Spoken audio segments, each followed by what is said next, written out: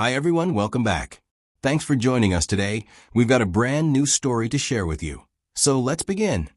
My name's Peter. When I found out my wife was sleeping with our financial advisor while planning to take everything from me, my world fell apart. I loved her so much, and I'll be telling you how everything turned out.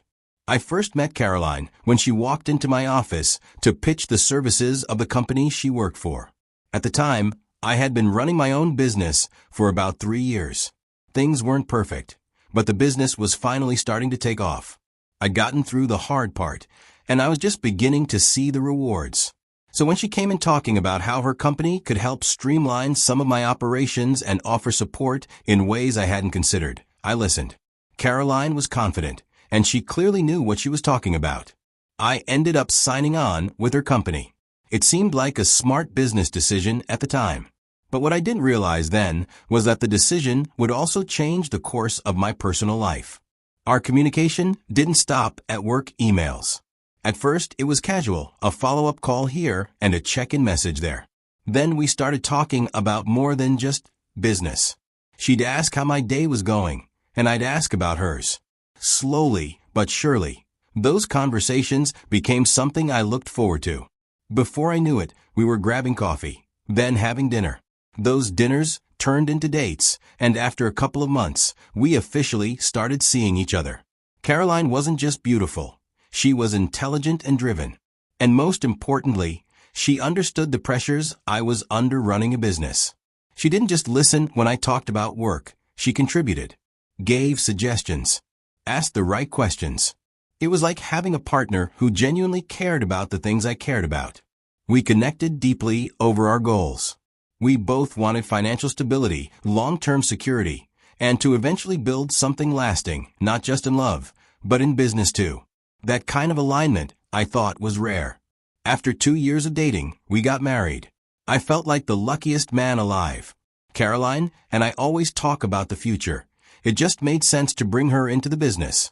We were already building a life together. So why not build a business too? I remember suggesting it to her one night over dinner. I told her I wanted her to quit her job and come work with me full-time to become the head of sales. She had a way with people, she could sell, she understood numbers, and she could hold her own in any negotiation. I genuinely believed she would add value and help us grow. See, when Caroline and I were dating, everything felt easy. We had fun and clicked when we talked business. But little things started popping up after we got married and began living and working together full-time. Things I now see were red flags waving in my face the whole time. I noticed how often she talked about and made comparisons to other people's success. At first, I thought she was just trying to motivate me. Push me to dream bigger or work harder. That's how I tried to rationalize it, but with time, I started realizing she wasn't encouraging me. She was measuring me against other men, against their lifestyles, their money, their wives. Still, I didn't make a big deal out of it. I mean, marriage isn't perfect. Everybody says things. And I trusted her. Then, about a year into the marriage, Caroline came to me one evening with what sounded like concern. She told me she had reviewed our investments and felt that my longtime financial advisor wasn't doing a good job. According to her, the returns weren't where they should be. She said, "Look, I've been looking into the numbers, and for the kind of money we have, we should be seeing more growth." That took me by surprise because I had been working with my advisor for years. He'd been loyal, transparent, and consistent. The kind of person you stick with when it comes to money. Then she suggested a replacement. Some guy she knew from way back. She said he was excellent with taxes, retirement planning, investments, basically a financial wizard. I didn't know who he was. Never heard of him. And more importantly, I didn't ask for a change. I told her I'd think about it, but honestly, I just said that to cool the conversation down. I assumed she'd let it go after a few days. But she didn't. A week later, she brought it up again. This time with more energy. She said things like, "This guy works with high net worth clients. He knows how to multiply wealth, not just manage it." She was persistent, almost too eager. Her insistence felt like pressure, not concern. But at the time, I let myself believe she just wanted what was best for us. After all, some of her suggestions in the past had genuinely helped the business grow.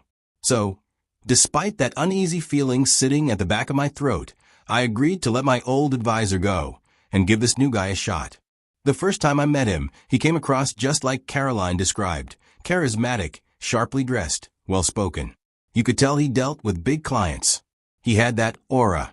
I remember thinking, maybe this isn't such a bad move after all. But I was wrong. So wrong. What I didn't realize at that point was that this wasn't just about switching advisors. It was the start of something deeper, more twisted. Something I wouldn't fully understand until it was almost too late. I brought the new financial advisor on board, and not long after he came into the picture, Caroline started acting different. She suddenly became obsessed with money and felt like she needed to control every single thing related to it. She started asking for passwords to accounts. Not just our joint accounts, but my personal business accounts too. At first, I thought maybe she was just stepping up, trying to help out more with our financial planning. But then she started using these very formal-sounding phrases.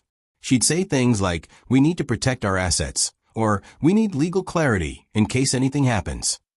I asked her what she meant, and she talked about updating our wills and setting up a power of attorney. She said it was smart to plan ahead, that it's what smart couples with growing wealth do. And again, on the surface, it sounded responsible. So even though it felt sudden and strange, I let it slide because I trusted her. But while she was getting more and more involved in protecting our future, something else was breaking quietly behind the scenes, our intimacy. Caroline started pulling away from me, both physically and emotionally. I know I was working long hours because building a business doesn't come with a time clock, but I still made time for her. Yet whenever I tried to be close, she'd pull away. She'd say she was too tired, or she had a long day, or she was stressed about some meeting or target she didn't hit. It became routine. Weeks would pass, and there'd be nothing. No warmth. No spark. Just polite conversations. She started staying out more. She'd tell me she had dinner with a potential client or was closing a sale out of town. I'd ask who the client was, and she'd just say that she didn't want to jinx the deal. Then came the business trips, sudden travel for meetings she had never talked about before. She'd pack quickly, leave without giving many details, and return even colder than she left. Something didn't feel right, but every time I brought it up, she had this way of flipping it. She'd accuse me of not appreciating her hustle, of doubting her loyalty. And the way she said it, it made me feel guilty. So I'd back off. Again. Because I loved her. And all the while, that financial advisor, the same guy she insisted I hire, started coming around the house more. He'd say he needed me to sign something or that we had to go over estate planning papers. He was always calm, professional, and polite. Nothing ever seemed out of place. And Caroline acted like it was all standard protocol. She even encouraged me to sign whatever he brought. Told me it was just legal housekeeping. I didn't bring in my own lawyer to look at anything because, well, I trusted her. One Tuesday, I came home earlier than usual. A last-minute meeting got canceled, and I figured I'd go home on time, maybe even have dinner with Caroline if she hadn't already eaten. When I walked into the house, I could hear muffled voices coming from a hallway leading to our den. So I followed the sound quietly, and I saw Caroline and the financial advisor in a compromising position. And as soon as they noticed me, they both sprang up like kids caught with their hands in the cookie jar. There was this awkward silence before either of them spoke.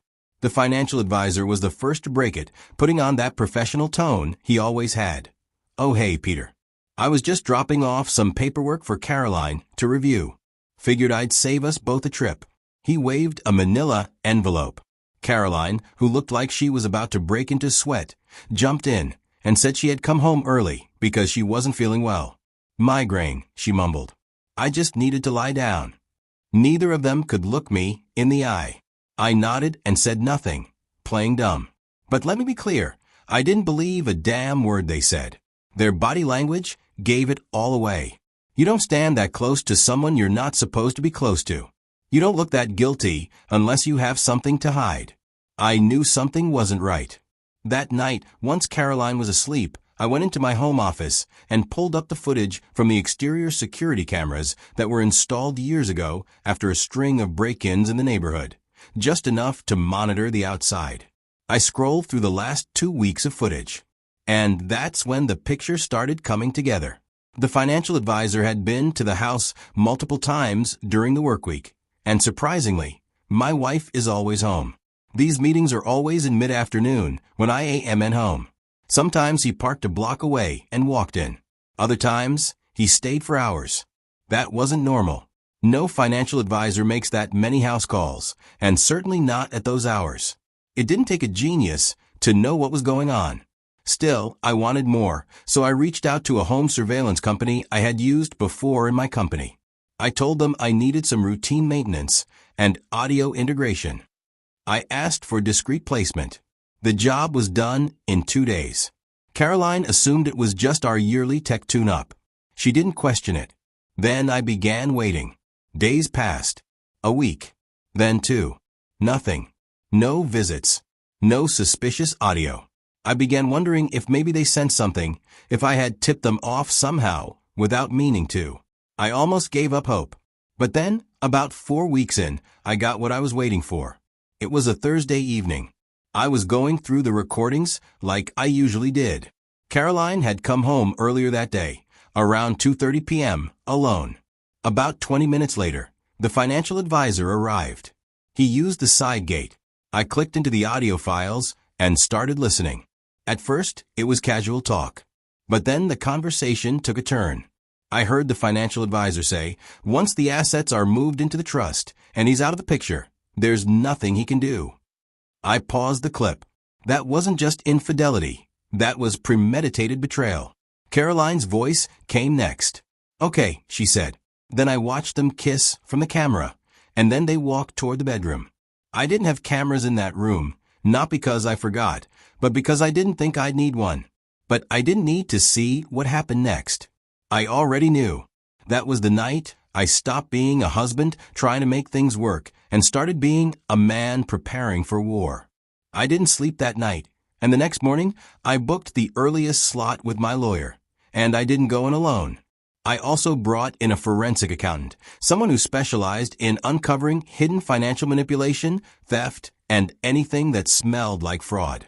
I needed to know the truth, and I needed to know exactly what Caroline and this advisor were trying to do to me. It didn't take long for Caroline to make her next move. 2 days later, she walked into the house casually holding a folder. I was in the kitchen when she approached me with this calm, business-like tone.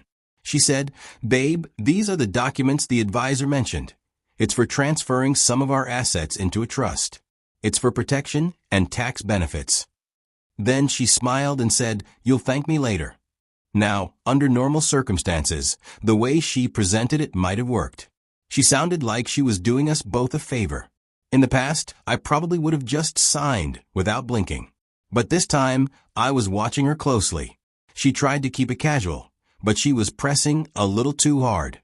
When I asked her to leave the documents with me so I could look them over properly, she hesitated for a second, then said, "Sure, of course, just don't take forever." After she left the room, I immediately packed those documents into a secure folder and took them straight to my lawyer and the forensic accountant.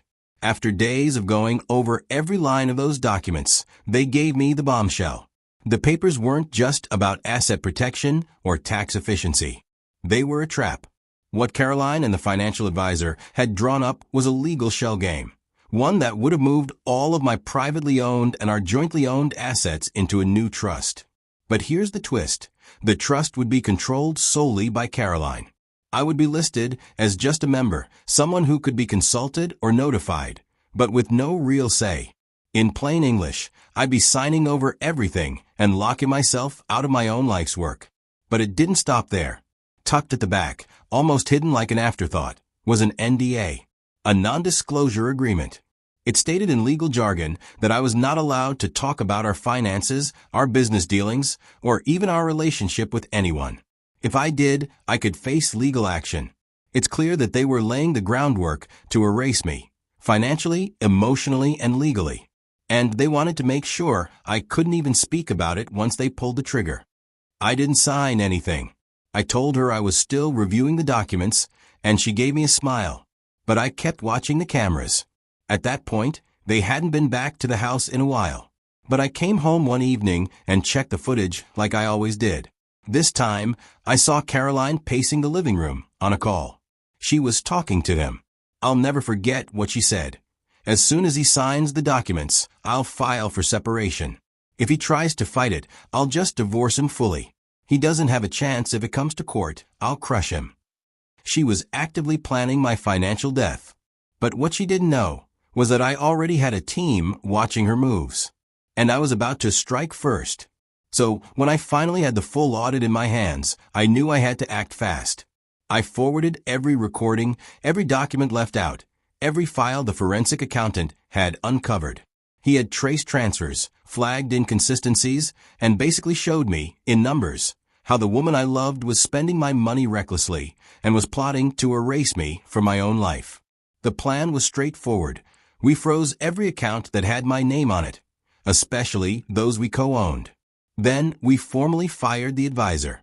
My lawyer sent him a direct notice, and we added a cease and desist right along with it. At the same time, I filed a dual lawsuit, one civil suit against the advisor for fraud and breach of fiduciary duty, and one against Caroline for conspiracy and financial misconduct. And yes, I also filed for divorce that same day, all in one sweep. Caroline came home that night and found out when her access to everything was denied. She was locked out of all the shared accounts, the company resources, and even the online dashboards she once managed. She went ballistic, screaming, accusing, pacing, trying to guilt-trip me, and trying to act confused. But I didn't flinch. I told her everything was now in the hands of legal counsel, and that we'd communicate through lawyers moving forward. The thing she didn't know at that time was that I had caught even more footage from the hidden cameras before taking action. A week before the legal bomb dropped, she and her advisor lover met again in the house. So when it came time to file, we had a rock-solid, airtight case. And we made sure to be ready for their reaction. The fallout hit fast.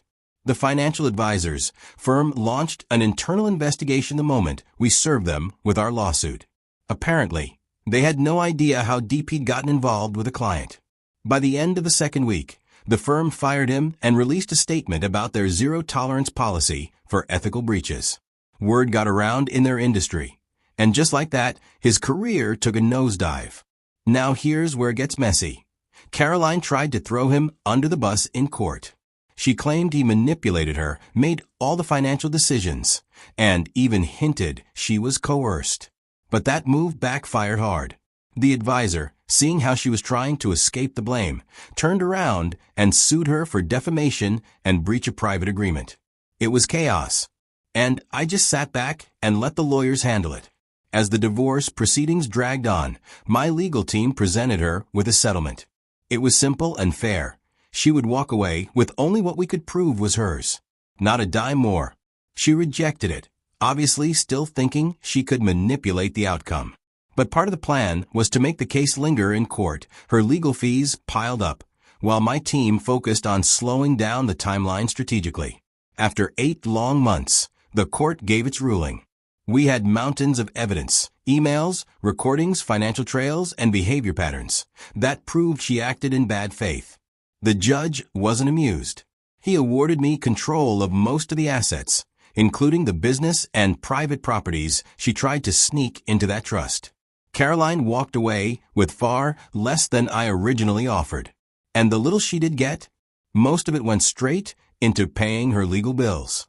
Eventually, after months of back and forth in court, with legal fees piling up on both sides and their dirty laundry now part of public record, both Caroline and the financial advisor finally cracked. They reached out through their lawyers to ask for a settlement.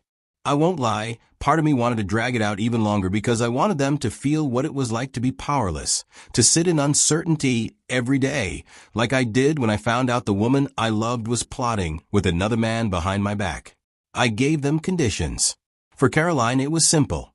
She had to forfeit any claim she had or thought she had in my business. She agreed. Honestly, I think she realized she had lost whatever leverage she thought she had. The settlement went through. She disappeared after that. I don't know if she and the financial advisor ended up together. I doubt they did. But the truth is, I stopped caring. I had to. After everything's settled, I'm just grateful I caught on in time. Grateful for the people who helped me piece the puzzle together. Grateful that what I built didn't crumble in the hands of those who never cared about it in the first place. What do you think about the whole thing? Let me know in the comments. I'm really curious to hear your thoughts.